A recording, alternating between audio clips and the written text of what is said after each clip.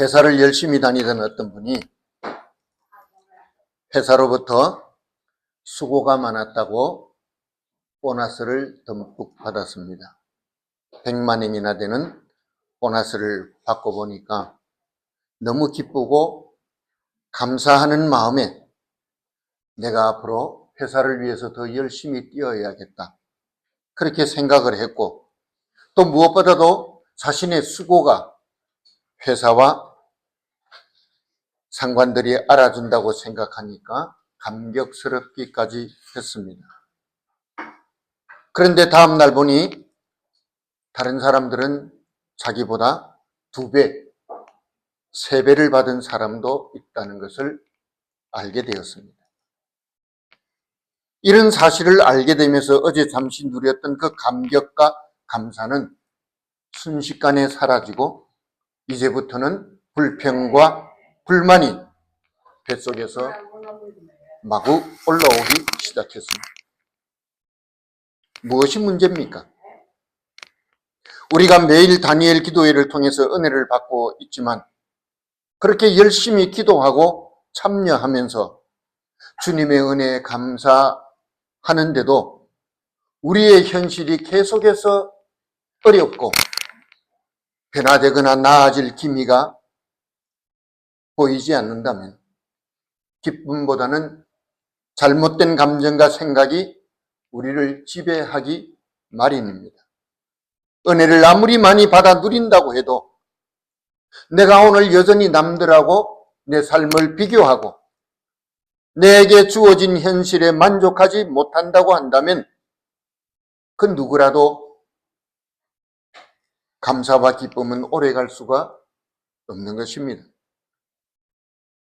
오늘 사도 바울이 본문에서 승리를 주시는 하나님께 감사한다고 했는데 이 감사는 무엇을 향한 어떤 감사입니까? 예수 그리스도로 말미암아 우리가 죄에 대해서는 이미 죽었고, 그리고 예수 그리스도의 부활을 통해서 죄와 사망의 권세를 이긴 이 놀라운 승리에 대해서 감사하고 있는 것입니다. 하나님이 구원받은 자녀들에게 주신 많은 은혜와 능력 가운데 가장 큰 선물은 감사라고 생각합니다. 왜 그렇게 말할 수 있습니까? 감사는 주님의 몸된 교회가 받은 부활의 능력과 함께 세상을 이기는 능력이 되기 때문입니다. 그래서 사도 바울은 데살로니가전서 5장 18절에서 범사에 감사하라, 이것이 그리스도 예수 안에서 너희를 향하신 하나님의 뜻이라고 말씀했습니다. 오늘 저와 여러분들은 본문의 말씀을 가지고 감사의 힘이라는 제목으로 잠시 은혜를 받고자 합니다. 우리가 잘 아는 사울 왕이 있죠. 사울 왕은 하나님께 택함을 입어서 이스라엘의 초대 왕이 되었습니다. 그런데도 불구하고 우리는 성경을 읽어보면 사울 왕은 행복한 삶을 살지 못하고 죽을 때도 불행한 죽음을 맛보고 말았습니다. 이 사울이 성경에 보면 어떤 사람입니까? 실력이 없는 사람입니까? 그렇지 않습니다.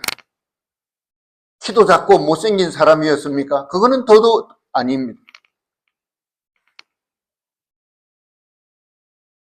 성경을 읽어보면 우리가 알 수 있지만 사울에게는 그의 삶 속에서 감사를 찾을 수가 없었다는 사실입니다. 도리어 그는 감사할 수밖에 없는 그런 상황에서도 남들과는 다르게 생각합니다. 그러다 보니 감사해야 할 때도 도리어 분노와 두려움에 사로잡히고 말았던 것입니다. 사무엘상 18장에 보면 다윗이 블레셋 군대들을 물리치고 개선 장군으로 돌아옵니다. 백성들이 소리를 칩니다. 사울이 죽인 자는 천천히요, 다윗이 죽인 자는 만만히로다 그랬습니다.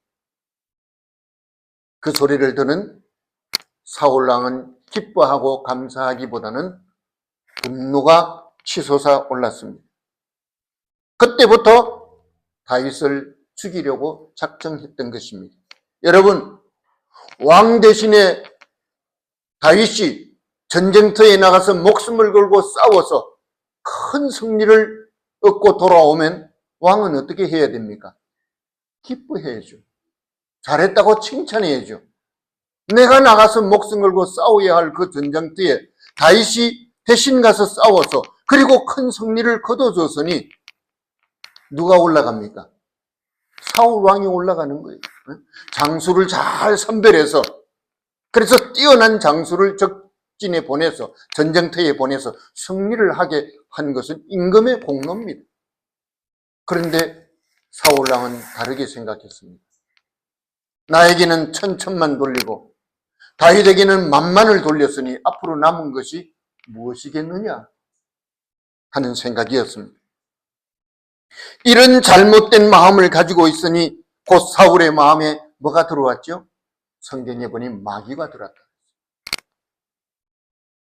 대한민국도 요즘 그런 시기입니다. 좋은 일이 일어나면 함께 기뻐해야 되는데 꼭 다르게 생각하는 사람들이 있어요. 그걸 이상하게 해석하고 아무것도 아닌 것에 갖다 붙이고 말도 안 되는 소리로 고함을 지르는 사람들이 대한민국을 좌지우지하고 있습니다. 그렇다면 사울처럼 그 마음에 도대체 무엇이 들어갔을지 의심이 되지 않을 수가 없습니다. 하나님께 은혜를 입은 사람들은 절대로 그렇지 않습니다. 감사하는 마음이 있기 때문에 기쁨이 있고, 감사가 삶의 일부가 되었기 때문에 하나님을 향한 찬양이 넘치고, 감사로 넘치는 삶이 남까지 부유하게 만드는 줄 믿습니다.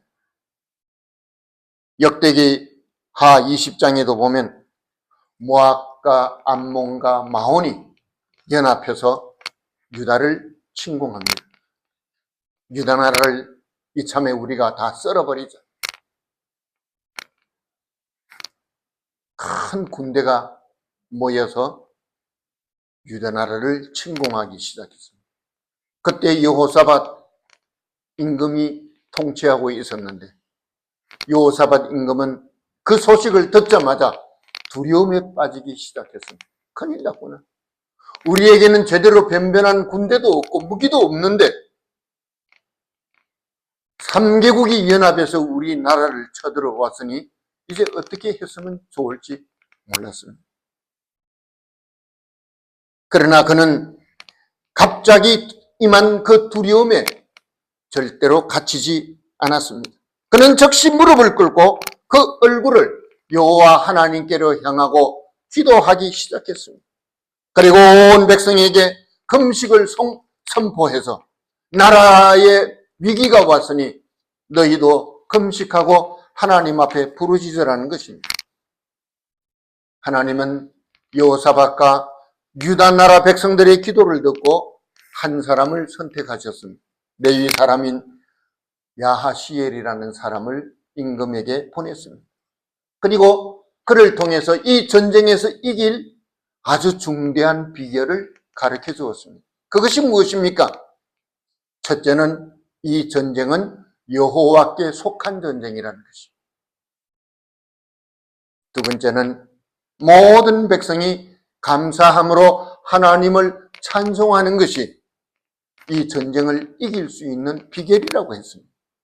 거기 21절에 보면 이런 말씀이 나옵니다. 백성과 더불어 의논하고 노래하는 자들을 택하여 거룩한 예복을 입히고 군대 앞에서 행진하며 여호와를 찬송하여 이르기를 여호와께 감사하세 그의 인자하심이 영원하도다 하게 했다고 했습니다. 전쟁에 나가는데 무장을 해서 나가서 싸워야 되는데 성가대를 동원한 겁니다. 백성들로 성가대를 만들어서 군대들보다 앞서 나가서 적진 앞에 서서 여호와 하나님을 향해서 찬송을 시작한 것입니다. 그랬더니 하나님이 천사들을 보내주셔서 이 연합군대가 서로 자기 편을 치도록 만들었어요. 성경에 보니까 그래서 남은 대적은 한 사람도 없다 그랬습니다. 다 죽어버렸어요. 유다 백성들은 그곳을 가리켜서 브라가 꼴짝이라고 불렀습니다. 브라가 꼴짝이는 감사의 꼴짝이, 찬송의 꼴짝이라는 뜻이었습니다.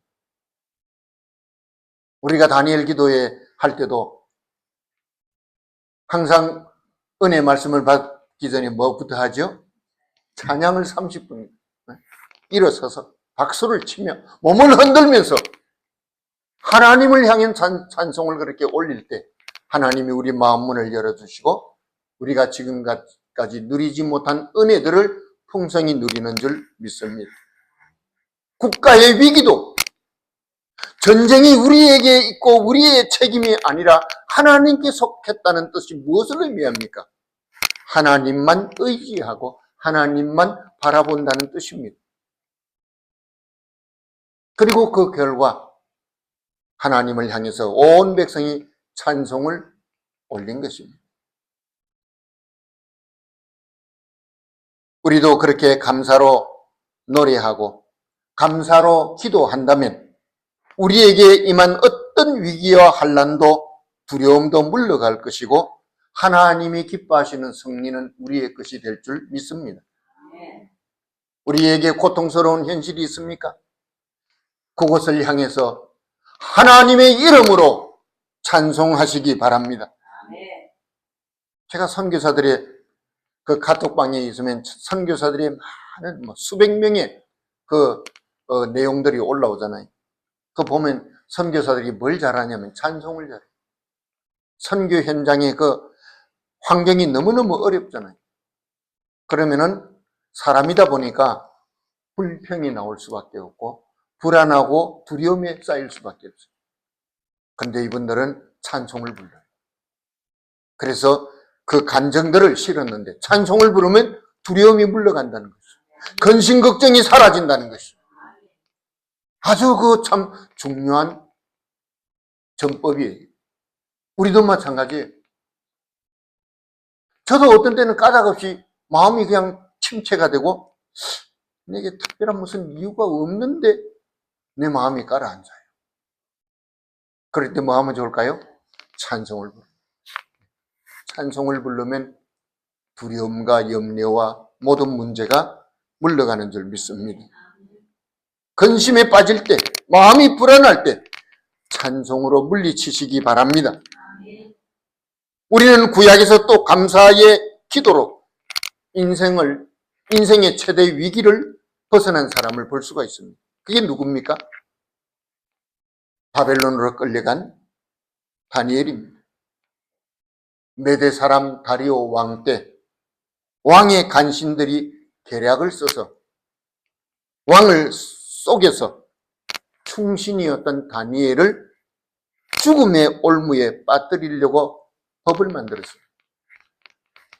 오늘부터 한 달 동안 우리 다리오 왕 위에 다른 신이나 사람에게 무엇을 구하거나 기도하는 자는 사자굴에 던지기로 합시다. 왕은 자초지종을 잘 모른 채 거기다가 법령에다가 의인을 찍고 말았습니다. 그런데 다니엘은 그 사실을 알까요, 모를까요?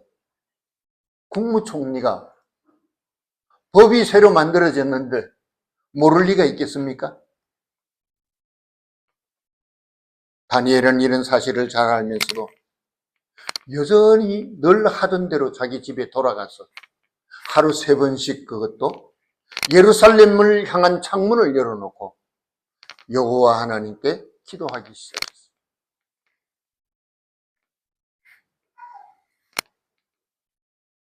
마침내 다니엘의 감사 기도는 새로 만든 법에 접촉이 되어서 사자굴에 던져지고 말았습니다. 웬만한 사람 같으면 이 법은 일시적인 법이니까 30일 동안만 내가 조심하면 되겠구나. 여러분들은 그런 생각이 안 듭니까?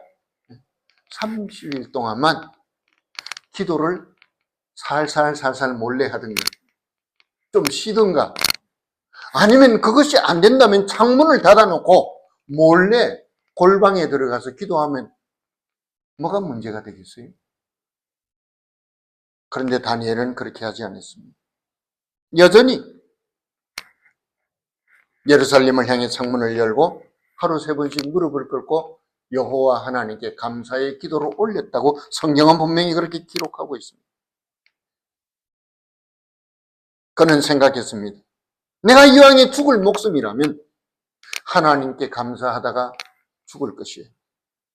내 기도가 국법을 어기는 일이라면 나는 기도하다가 하나님 앞에 감사를 올리다가 죽음을 맞이할 것이야. 그는 그렇게 생각했을 것입니다. 왜 이렇게까지 해야 됩니까? 다니엘은 생각했습니다. 죽음의 위협도 꺾을 수 없는 믿음의 의지와 절개를 세상 사람들에게 보여주기 위한 것이었습니다. 다시 말해서 자신이 믿는 여호와 하나님은 죽음의 권세보다도 사자의 입보다도 강하고 크신 분임을 보여주기 위한 것입니다. 다니엘에게 형은 집행되었습니다. 그리고 다음날 아침이 되었죠. 그런데 다니엘은 죽음을 보지 않고 살아서 사자굴에서 걸어 나올 수 있었습니다. 그리고 다리오 왕을 배웠습니다. 그때 임금 앞에서 다니엘이 뭐라고 고백한 줄 압니까? 6장 22절에 보면 이런 말씀이 있습니다. 나의 하나님이 이미 그의 천사를 보내어 사자들의 입을 봉하셨으므로 사자들이 나를 상해하지 못하였사오니 이는 나의 무죄함이 그 앞에 명백함이 오며 또 왕이여 나는 왕에게도 해를 끼치지 아니하였나이다 그랬습니다. 하나님 앞에 기도한다고 해서 왕에게 내가 어떤 그 일 때문에 손해를 끼친 것, 불충한 것은 아무것도 없었다는 것을 말하는 것입니다. 여러분, 이런 사실을 볼 때 성경 말씀이 오늘 우리에게 가르쳐주는 내용이 무엇입니까? 하나님을 향한 감사는 죽음도 이긴다는 것입니다. 하나님을 향한 감사는 원수도 정복한다는 것입니다. 하나님을 향한 감사는 모든 두려움과 고통을 이길 수 있다는 것을 보여주고 있는 것입니다. 여러분, 내게 주어진 환경과 조건이 문제가 아닙니다. 어떤 환경, 어떤 조건도 문제가 될 수가 없습니다. 진짜 문제는 뭘까요? 그런 환경과 조건에 잘못 생각하고 잘못 대응하는 내 태도와 삶이 문제인 것입니다. 다니엘은 죽음의 위기에 빠지는 어려운 환경에 처했지만 그의 태도는 올바랐습니다. 그의 생각은 하나님 중심에 감사하는 마음이었습니다. 그런데 문제는 오늘 우리 자신들입니다. 왜 여러분들 삶 속에서 감사가 사라졌습니까? 집에서 식구들끼리 싸우고 부부끼리 다투고 불평하고 괜히 사람들의 꼴이 보기가 싫고 신경질이 나고 감사가 없어졌어요. 왜 근심과 걱정과 두려움이 우리의 삶을 지배하도록 내버려 두느냐 하는 것입니다. 고린도후서 6장 1절에 보면 이런 말씀이 있습니다. 우리가 하나님과 함께 일하는 자로서 너희를 권하노니 하나님의 은혜를 헛되이 받지 말라 그랬습니다. 여기서 말하는 하나님의 은혜라는 것은 하나님이 죄인들을 향해서 베푸시는 긍휼을 말하는 것입니다. 그리고 죄로 인한 저주와 고통에 빠져 있는 불쌍한 우리를 그곳에서 건져주시고 자기 자녀로 삼아주신 하나님의 사랑을 말하는 것입니다. 그래서 우리에게 뭘 말합니다? 그렇게 구원받고 용서받은 하나님의 자녀답게 살라는 것입니다. 여러분, 교만한 마음에는 감사가 깃들 곳이 없습니다. 원망하는 마음에는 감사 대신에 불평이 지배를 합니다. 인색한 마음에는 고난 중에 도움을 요청한 다윗을 박대한 나발처럼 하나님의 심판만이 임할 뿐입니다. 사도 바울도 마찬가지입니다. 십자가의 복음을 전한다는 그 이유만으로 그 인생은 정말 만신창이에 빠지고 말았습니다. 여러분 성경 읽어보지 않습니까? 사도 바울이 얼마나 많은 고난 속에서 살았습니까? 말로 표현할 수 없는 고난과 환난을 그는 통과하면서도 결코 낙심을 하거나 사명을 저버리거나 하나님을 원망하지 않았습니다. 도리어 사도 바울은 과거에 자기가 교회를 향한 핍박에 거기에 대한 부채의식을 가지고 하나님의 은혜에 보답하는 심정으로, 십자가의 은혜에 빚진 심정으로 생명을 걸고 복음을 전하고 있었던 것입니다.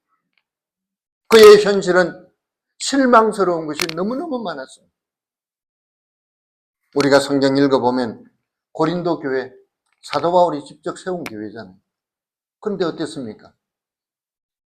그 교회가 사도 바울이 떠나고 난 뒤에 4분 5열로 찢어져 가지고 교회 안에 교인들끼리 서로 싸우는 거예요. 네? 나는 케바파요, 나는 아볼로파요, 나는 예수파요, 나는 바울파요, 그러면서 파가 얼마나 교회 안에서 많은지. 예배하러 모인 사람들이 아니라 전쟁하러, 전투하러 모인 사람들. 도덕적으로 교인들의 삶에 너무너무 문제가 많았습니다. 그들은 여전히 어린아이처럼 초보 신앙에 머물러서 도무지 자랄 것 같지가 않았습니다. 신앙의 성장은커녕 도덕적으로 너무너무 문제 많은 교회가 고린도 교회였습니다. 그래서 고린도후서 2장 4절에 보면 사도 바울이 고린도 교회 편지를 쓸 때 뭐라고 쓴 줄 압니까? 눈물로 호소한다. 눈물로 호소. 울면서 편지를 쓴 것입니다. 그는 어려움을 당할 때 기댈 가족도 위로받을 사람도 없었어요. 바울은 독신이잖아요. 우리는 어려움 당하면 집에 돌아가면 가정에 식구들이 있잖아요. 식구들이 위로를 해주고 힘을 주고 또 용기를 주고 손잡아주고 이게 얼마나 큰 힘인지 몰라요. 그런데 사도 바울에게는 그런 사람도 없었어요. 가진 재물도 없었고 집도 없었습니다. 도리어 복음 때문에 가는 곳곳마다 십자가 복음을 전한다는 이유만으로 유대인으로 많은 방해와 죽음의 위협과 박해를 받았습니다. 그러나 사도 바울은 이런 문제로, 이런 환경 때문에 하나님의 사랑을 의심하거나 원망하거나 낙심하지도 않았습니다. 왜 그럴까요? 나 같은 죄인의 죄수를 위해서 하나님의 아들 예수 그리스도는 저 십자가에서 살을 찢고 피 흘려 죽어 주셨기 때문입니다. 그는 거기에 대한 감사의 마음이 있었기 때문에 자기가 어떤 환경과 조건 속에 빠져도 그것 때문에 흔들리지 않았다는 것입니다. 이 하나님의 사랑을 방해하고 사도 바울을 향한 그 하나님의 은혜를 그 어떤 것도 끊어버릴 수 없다는 것을 그는 잘 알고 있었기 때문입니다. 우리 기독교 2000년 역사를 돌아보면 유다 나라의 여호사밧 임금과 그 백성들처럼 너무너무 연약해서 대적을 이길 힘도 없고 그래서 아무런 방책도 없고 오직 하나님 앞에 엎드려서 기도하고 찬송하고 감사하는 그 힘으로 대적을 이긴 사람들이 그런 교회가 너무나도 많았습니다. 다니엘처럼 죽음의 권세도 이기고 환난과 박해의 장애물을 넘어서 순교의 자리에까지 나아가면서 복음의 사명을 완수한 수많은 성도들의 헌신을 우리는 성경에서도 볼 수가 있습니다. 바로 그것 때문에 저와 여러분들이 오늘 이 자리에서 예배할 수 있게 된 것입니다. 지렁이가 이뻐요? 지렁이 이쁜 사람. 저도 지렁이 보면 깜짝 놀라죠. 그런데 그 지렁이가 평생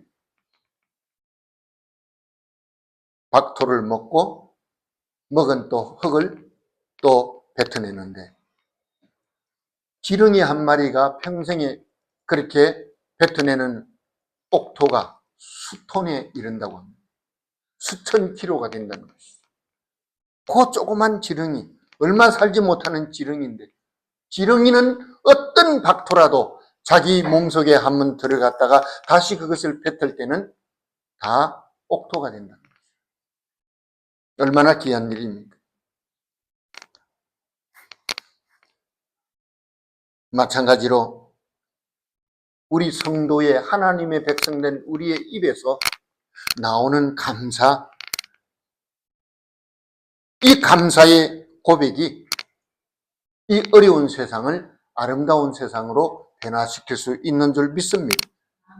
우리의 감사 고백이 어떤 문제로 뒤틀린 인간관계도 다 회복시킬 수 있는 줄 믿습니다. 그래서 시편 기자는 하나님께 감사하라고 시편 136편에서 계속해서 반복하고 있는 것을 볼 수가 있습니다. 이유가 뭘까요? 그 시편 136편에 보면 이유는 한 가지, 우리를 향하신 하나님의 인자하심이 영원하기 때문이라고 했습니다. 우리를 향한 하나님의 사랑, 우리를 향해서 베푸시는 하나님의 그 축복이 영원토록 변하지 않는다는 것을 믿었기 때문에 시편 기자는 계속해서 하나님을 향해서 감사하고 있는 것입니다. 오늘부터라도 우리는 감사하는 마음으로 하나님을 찬양하고 감사하는 마음으로 하나님께 기도하고 내게 주신 하나님의 은혜를 무엇으로 보답할까 하는 마음으로 우리가 그렇게 예물을 드린다면 우리는 어떤 상황 속에서도 하나님께 영광이 될 것이고 주님이 우리에게 맡겨주신 복음의 사명까지 성취해 나가는 축복의 사람이 되는 줄 믿습니다. 하나님이 우리에게 원하시는 것은 뭘까요? 감사하는 마음입니다. 감사하는 마음만 있으면 영국의 아이작 윌턴이라고 하는 작가의 말대로 하나님이 거하시는 곳에는 두 곳이라 그랬어요. 첫째는 하나님이 계시는 곳은 천국이고 두 번째는 어딜까요? 감사하는 우리의 마음에 있다고 그랬어요. 우리 안에 누가 와 계세요? 여호와 하나님이 와 계십니다. 왜 와 계시죠? 우리 속에는 감사가 있기 때문입니다. 하나님은 감사로 제사를 드리는 자를 기뻐하신다고 했습니다. 우리를 이전부터 영원까지 사랑해 주시는 하나님께 마음을 다해서 찬송과 감사를 올려드려야 할 것입니다. 또 나를 위해서 저 십자가에서 살을 찢고 피 흘려 죽어주시고 그리고 또 부활하신 우리 주님께 감사의 기도를 올리시기 바랍니다. 믿음의 선물과 구원의 축복을 우리에게 베푸신 주님께 감사의 예물을 올리시기 바랍니다. 이 감사가 주님 다시 오시는 그날까지 우리의 입술과 우리의 삶 가운데서 넘쳐서 대적도 물리치고 사망의 권세도 이기고 하나님이 기뻐하시는 영광이 되기를 소원합니다. 기도하겠습니다.